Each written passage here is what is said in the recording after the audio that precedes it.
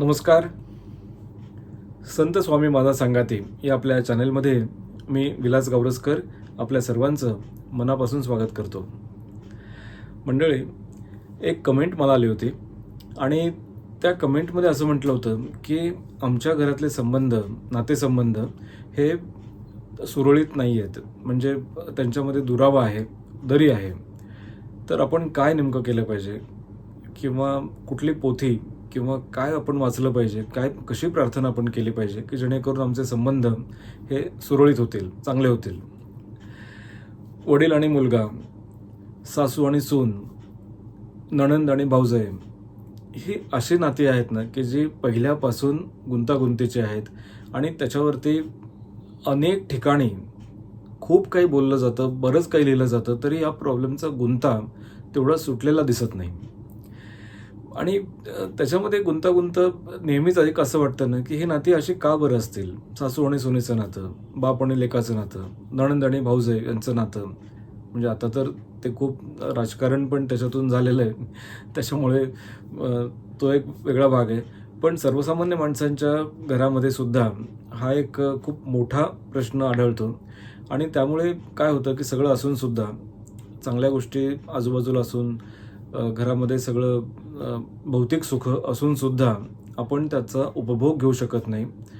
समाधान आपल्या मनात नसतं आणि चिंतेनं मन सतत पोखरत असतं. कुणाचे प्रॉपर्टी इश्यूज असतात, नाती दुभंगलेली असतात, कुणी कुणाचं तोंडही बघत नाही. आणि या सगळ्याला खूप मोठा इतिहास आहे. खरं म्हणजे हे काही आत्ता आहे असं नाही आहे, किंवा कलियुगातलं आहे, आपण म्हणतो यांत्रिकरण झालेलं आहे, समाज बदलला आहे, अभिरुची बदलली आहे म्हणून झालं आहे का? अजिबात नाही. रामायणामध्ये किंवा आपण बघितलेलंच आहे की कैकेयीचे कान भरणारी मंथरा होती, त्याच्यामुळे सगळ्या भावांची ताटातूट झाली, रामाला वनवास झाला वगैरे वगैरे. त्याच्यानंतर अशा अनेक गोष्टी आहेत. अगदी दूरदर्शन मालिकेमध्ये सुद्धा बाप आणि लेकाचं नातं चिरंजीवी सारख्या मालिकेमध्ये दाखवलेलं होतं.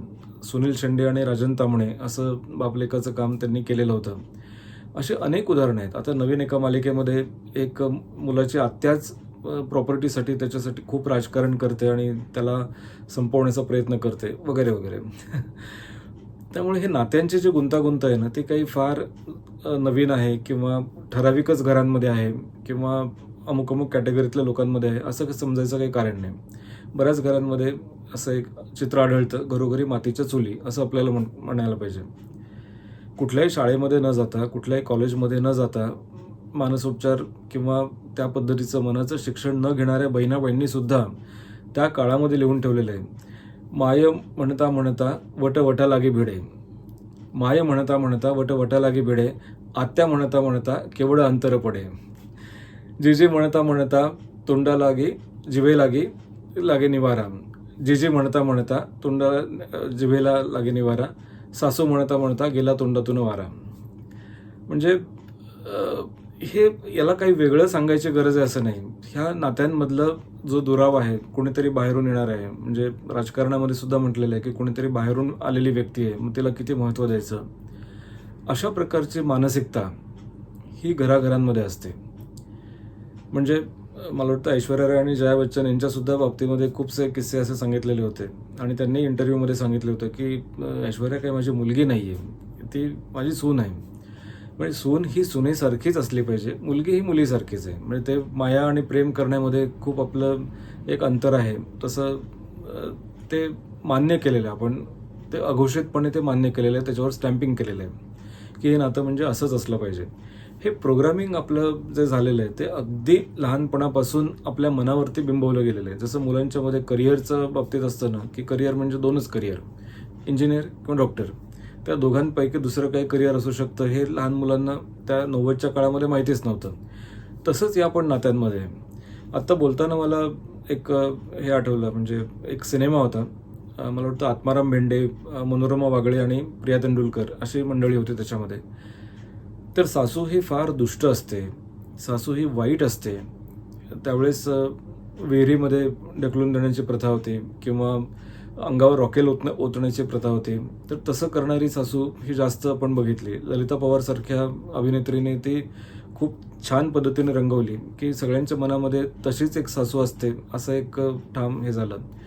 तर अशा सिनेमांमधून पण आपण बघितलेलं आहे किंवा बाप लेकाच्या नात्यांमध्ये सुद्धा जो दुरावा किंवा जी दरी असते ती सुद्धा सर्वश्रुत आहे. तर ह्याचं नेमकं कारण एक हेच आहे की प्रोग्रामिंग त्या नात्यांमधलं खूप चुकीचं झालेलं आहे. आता इथे अध्यात्माचं काय बरं महत्त्व येतं. समर्थांची सेवा करायची किंवा एखादं पारायण करायचं, अनुष्ठान करायचं, आवर्तन करायचं, त्याचा आणि या नातेसंबंधांचा काय फरक पडू शकतो? तर नक्कीच फरक पडू शकतो. याचं कारण असं आहे की आध्यात्मिक बॅकग्राऊंड किंवा एक तुम्हाला त्याची जर गती असेल अध्यात्माची, तर आपल्याला जगणं हे खूप सोपं होतं. म्हणजे आता आपल्या कवींनी पण सांगितलं आहे, साहिर लुधियानवी यांनी हेच सांगितलेलं आहे की किती छान लिहिले त्यांनी बघा. जाने थे वो कैसे लोग थे जिनके प्यार को प्यार मिला, हमने तो कलिया मांगी थी कांटों का हार मिला. म्हणजे खूप कमी लोक असे असतात की ज्यांना प्रेम दिल्यानं प्रेम मिळतं, पण बहुतांश लोकांचा असा अनुभव असतो की त्यांनी म्हणजे साधी कळी जरी मागितली तरी त्यांना काट्यांचा हार मिळालेला आहे. याच्यावरती बाबूजींनी जे लिहिलं आहे ना, ते मला म्हणजे गदी माडगुळकरांनी जे लिहिलं आहे ते मला जास्त थोडं एक हे वाटतं, समर्पक वाटतं किंवा प्रॅक्टिकल वाटतं. सांगायची नाती नुसती जो तो आपुले पाही, कुणी कोणाचे नाही राजा, कुणी कोणाचे नाही. लळा जिव्हाळा शब्दच खोटे, मासा माशा खाई, कुणी कोणाचे नाही राजा, कुणी कोणाचे नाही. हे एक मला असं वाटतं की यातली सत्यता ही कळाली पाहिजे. मतलब यातलं जे अध्यात्म आहे ना यातलं, ते आपल्याला जर एकदा लक्षात आलं की नात्यांची गुंतागुंत आपोआपच हे होते, कमी होते. अपेक्षा हा एक नात्यांमधला सगळ्यात मोठा एक अडथळा आहे. तू असं केलं पाहिजे, त्यांनी असं केलं पाहिजे, त्यांनी असं केलं पाहिजे, त्यांनी माझं ऐकलं पाहिजे. आणि एक अपेक्षांची चौकट ज्यावेळेस तयार केली जाते, त्या चौकटीमध्ये आपण त्या व्यक्तीला बसवण्याचा प्रयत्न करतो आणि ती व्यक्ती काही बसत नाही. आणि मग तिथे आपल्याला स्ट्रगल सुरुवात होतं. ते नातं टॉक्सिक व्हायला लागतं किंवा ज्याला आपण स्ट्रेंड रिलेशनशिप्स म्हणतो ते व्हायला लागतात. आणि साहजिकच जगण्यातला सगळा आनंद निघून जातो, जगण्यातला सगळा राम निघून जातो आणि जीवन आपल्याला नको नको वाटायला लागतं. त्यामुळे करायचं काय? तर सगळ्यात महत्त्वाचं एकच गोष्ट करायची, ते म्हणजे अपेक्षा करणं बंद करायचं. तुलना आणि अपेक्षा ह्या दोन गोष्टी अशा आहेत ना की ज्या आपण जर वगळल्या आपल्या आयुष्यातून किंवा ज्यांना नातेसंबंध सुधारायचे असतील त्यांच्या बाबतीत, तर तिथे आपण लढाई जिंकली असं म्हणायला पाहिजे. कारण अपेक्षा केलं की साहजिकच अपेक्षाभंग होऊ शकतं. होतोच असं नाही, पण होऊ शकतं. खूप फिलॉसॉफिकल जे वाक्य आहेत ना, प्रेम करावे, एकमेकांना समजून घ्यावं, अमुक करावं, तमुक करावं, त्याने नाही म्हटलं तरी आपण एक गाल पुढे करावा त्याने एक मारल्यानंतर, किंवा ह्या गोष्टी प्रॅक्टिकली शक्य होत नाहीत आणि त्या करू नयेत असं मला वाटतं. टॉक्सिक नाती जे असतात ना की ज्याच्याकरून तुम्ही काहीच त्यांना बदलवू शकत नाही, तुम्ही काही केलं तरी त्या व्यक्तीवरती परिणामच होत नाही, ते सुधारण्याच्या सगळ्या पलीकडे गेलेले असतात.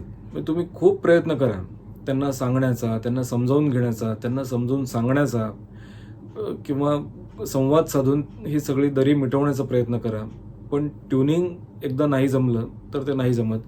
मग अशा वेळेला आपण शांत बसणं हाच एक सगळ्यात महत्त्वाचा भाग आहे. ॲक्सेप्ट करा आणि शांत बसा. ॲक्सेप्टन्स हा खूप महत्त्वाचा भाग आहे. ज्यावेळेला आपल्याला लक्षात येतं की आपण वारंवार प्रयत्न करून सुद्धा नात्यांमध्ये तेवढी गंमत येत नाही आहे किंवा नातं फुलत नाही आहे, ते बहरत नाही आहे किंवा हे सगळं एकतर्फी होतं आहे. हे बघा काय असतं माहिती आहे का, रेसिप्रोकल रिलेशन्स हे पण खूप महत्त्वाचं असतं. त्या नात्यांमध्ये रेसिप्रोकलिटी ही जास्त महत्त्वाची आहे. कारण सगळं देवाणघेवाण आहे, गिव्ह अँड टेक आहे. 4 गोष्टी आपण केल्यानंतर एखादी गोष्ट समोरून आल्यानंतर आपल्याला थोडंसं बरं वाटतं आणि मग ते ट्रॅफिक जे आहे ते सुरळीत होतं, रस्ता सुरळीत होतं. पण एकतर्फीच जर सगळं चालत असेल ना, तर मग ते नातं फार काही आपण त्याच्याकडनं अपेक्षा करू नये असं वाटतं. आता ज्यावेळेस मला लोकांनी सांगितलं होतं त्यावेळेस ते म्हटलं होतं की खूप कटकट करते सासू किंवा सतत काही ना काहीतरी बोलत असते, मी काही केलं तरी त्या अपेक्षा पूर्ण होत नाहीत. किंवा एकीकडे एक मुलगा मला म्हणतो, मला कुठलंही व्यसन नाही आहे रे, मला बाहेरच्या सवयी नाही आहेत किंवा मी काही वाईट मुलगा आहे असं पण नाही आहे, मी माझं काम करतो, नोकरी करतो, पैसे कमावतो, पण तरीसुद्धा माझ्या वडिलांना माझं काही पटत नाही. आणि आमच्याच कुटुंबातले काही लोक असे आहेत की ज्यांनी अमुक काही म्हणजे अगदी बाथरूमला जरी जाऊन आले तरी त्यांचं कौतुक होतं. म्हणजे इतकं त्यांचं वर्चस्व जास्त आहे. माझं काम ॲक्नॉलेज होत नाही, माझं काम नोटीस होत नाही. आणि याच्यावरती तेच एक महत्त्वाचं आहे की ॲक्सेप्ट करा आणि शांत बसा. तुम्ही तुमचं काम करा. कर्मयोग ज्याला आपण म्हणतो ते कर्मयोग तुम्ही फॉलो करा, कारण आपल्याला अध्यात्मामध्ये हे सांगितलेलं आहे. आता प्रश्न असा होतो की मग आध्यात्मिक काय नेमकं आपण केलं पाहिजे? तर नामस्मरण यासाठीच गरजेचं आहे. जेवढं आपण नामस्मरण करू ना तेवढं चित्त आपलं शांत होतं, एकाग्र होतं आणि आपल्या शरीरातले टॉक्सिन्स कमी होण्यासाठी मदत होते. थोडा वेळ का होईना पण आपण वेगळ्या ट्रान्समध्ये जातो आणि आपल्याला हवी असलेली मानसिक शांतता आपण नामस्मरणाच्या माध्यमातून मिळवण्याचा प्रयत्न करतो. हे आता टेस्टेड गोष्ट आहे. म्हणजे बहुतेकांनी तो अनुभव घेतलेला आहे. त्याच्यावरती संशोधन पण चाललेलं आहे. आणि एकदा तुम्ही ॲक्सेप्ट केलं की हे नातं असंच आहे, आपल्याला काही त्याच्यात फार काही हे मिळणार नाही आहे, फार काही चांगलं हे मिळणार नाही आहे, ते ॲक्सेप्ट एकदा आपण केलं की मग पुढे शांत बसणं हे महत्त्वाचं आहे. शांत बसल्यानंतर आपण आपलं काम करावं, आपला कर्मयोग फॉलो करावा आणि ह्या टॉक्सिक नात्यामध्ये जास्त गुंतत न जाता आपण अलगदपणे बाहेर पडावं. आता बाहेर पडणं शक्य होत नाही, कारण आता एकत्र कुटुंब असतं बऱ्याचदा किंवा नाती असे असतात की तुम्ही बाहेर पडणार म्हणजे कसं पडणार? तर वडील आणि मुलगा आहे किंवा सासू आणि सून आहे, एकाच घरात राहत आहेत, एकाच छताखाली राहत आहेत, तर ते शक्य होत नाही. पण मग स्वतःला तुम्हीच प्रोग्रामिंग केलं पाहिजे त्या पद्धतीचं की इथे आपण अपेक्षा करण्यात अर्थ नाही. आणि शांत बसणं हा त्यातला एक सगळ्यात चांगला मार्ग आहे. समाधान हे आपल्या मानण्यावरती आहे. आपल्याला समाधान मानायला पाहिजे की ठीक आहे. म्हणजे आणि समर्थांचं काय किंवा कुठल्याही महाराजांचं काय, मला एक जणांनी असं सांगितलं होतं की ज्यावेळेस असं काही नातं असतात किंवा असं काही कॉम्प्लिकेशन्स तुमच्या आयुष्यात येतात ना, त्यावेळेला मी अशी समजूत करून घेतो की तुमच्या गुरूंनी मुद्दाम तुम्हाला हे दिलेलं आहे की याचा त्रास तुम्हाला झाला पाहिजे किंवा त्यामुळे तुमचे पाय जमिनीवरती राहतात. किंवा सगळंच छान छान असलं, आपल्याला सगळ्यांचं सगळंच पटलं, सगळंच मान्य झालं, तर मग त्यातली मजा सगळं निघून जाईल. त्यामुळे ह्या नात्यांमधली गंमत म्हणा किंवा एक तो अंदाज, तो अनुभव घेण्यासाठी आपण शांत राहणं हे जास्त चांगलं आहे. नामस्मरणावरती म्हणून भर दिला पाहिजे. आणि तरीही तुम्हाला वाटतं की आपलं प्रेमाने सगळीजणं एकत्र आली पाहिजेत. प्रॉपर्टीवरून खूप लोकांचे वाद असतात, कोणाची तोंड कोणाकडे असतात, आपण बोलू शकत नाही. आणि मग तुला जमिनीचा तुकडा इतका मिळाला, मला इतका मिळाला, मला जास्त पाहिजे. बऱ्याचदा आईवरून सुद्धा घरात भांडणं होतात की मी का सांभाळायचं, तू 2 महिने सांभाळ, मी 3 महिने सांभाळ. हे असं खूप गलिच्छ प्रकार होतो. पण आध्यात्मिक जर तुम्हाला स्रोत असतील किंवा ती जर मानसिकता तुमची असेल तर तुम्ही हे भांडणं करणार नाहीत.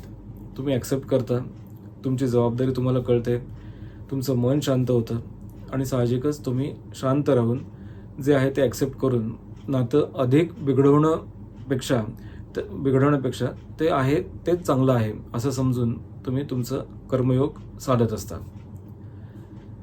आयुष्यामध्ये राम पाहिजे असं आपण म्हणतो, पण कृष्ण हा सुद्धा तितकाच महत्त्वाचा आहे. कारण जिथे जिथे नातेसंबंधांचा प्रश्न येतो ना, तिथे कृष्णाला आपण विसरू शकत नाही. त्यामुळे श्रीकृष्णाला आपण जवळ केलं पाहिजे. कृष्णाचं आपल्याला माहिती आहे, कृष्ण आणि अर्जुन यांचं नातं, कृष्ण आणि सुदामा यांचं नातं, कृष्ण आणि राधा यांचं नातं, कृष्ण आणि रुक्मिणी यांचं नातं. त्यामुळे जगण्यातली जी लीला आहे किंवा जगण्यातलं जे मुख्य बळ आहे, सामर्थ्य आहे, ते कृष्णामुळे आपल्याला कळतं. नात्यांच्या इतक्या वेगवेगळ्या शेड्स कृष्णामुळे आपल्याला कळतात ना, त्याच्यामुळे कृष्ण आपल्याला असायला हवा आपल्या आयुष्यामध्ये. कृष्ण भक्ती आपण करायला पाहिजे. मग त्यानिमित्ताने ओम नमो भगवते वासुदेवाय असं तुम्ही म्हणालात तरी चालेल किंवा कृष्णाचं दर्शन सतत घेतलं तरीसुद्धा ते चांगलं आहे. कृष्ण आपल्याला खूप काही सांगून जातो. मी मागे एका व्हिडिओमध्ये उल्लेख केला होता, आशिष नावाच्या माझ्या एका गुजराती मित्राने सांगितलं होतं की त्याच्या आयुष्यात जे ट्रान्सफॉर्मेशन झाले ते कृष्ण भक्ती केल्यामुळे झालेलं आहे. कारण कृष्णामुळे तुमच्या जगण्याला एक वेगळी दिशा मिळते, एक नवा दृष्टिकोन मिळतो. आणि बाकी सावरून घ्यायला आपले गुरु आहेतच. त्यामुळे नक्की असं आहे की अपेक्षा करण्यात अर्थ नसतो. असं नाही आहे की स्वामींची पोथी वाचल्यामुळे एकदम ट्रान्सफॉर्मेशन होईल आणि ती नाती एकदम जसं सिनेमात दाखवतात तसं शेवटी सगळे छान एकत्र येतात, सगळ्यांना चूक कळते, मुझे मेरी गलतियों का एहसास अब हो गया है असं फार फार कमी घडतं. पण बहुतांश आपल्या सर्वसामान्य माणसांच्या आयुष्यामध्ये असे प्रसंग फार कमी येतात. त्यामुळे अधिक कॉम्प्लिकेटेड गोष्टी न करता शांतपणे कर्मयोग आपला फॉलो करणं हे जास्त महत्त्वाचं आहे. कमेंट केल्याबद्दल आणि मोकळेपणाने संवाद साधल्याबद्दल सगळ्यांचं मी अभिनंदन करतो. मला बरं वाटतं असं, कारण हे एक चळवळ म्हणूया आपण याला, किंवा एक ओपन प्लॅटफॉर्म आहे की जिथे तुम्ही तुमचं मत, तुमचं मन हे मोकळं करता आणि त्यातून संवाद घडतो. त्यामुळे ज्यांनी आत्तापर्यंत या चॅनलला सबस्क्राईब केलं नसेल त्यांनी कृपया सबस्क्राईब करा, शेअर करा आणि तुमच्या मनातले जे काही प्रश्न असतील, आध्यात्मिक असतील किंवा दैनंदिन जीवनातले असतील, ते जरूर विचारा, कमेंट करा, मेल करा, व्हॉट्सॲप करा आणि संवाद साधा. पुन्हा नवीन अनुभवांचं नवीन व्हिडिओमध्ये भेटूया. तोपर्यंत नमस्कार.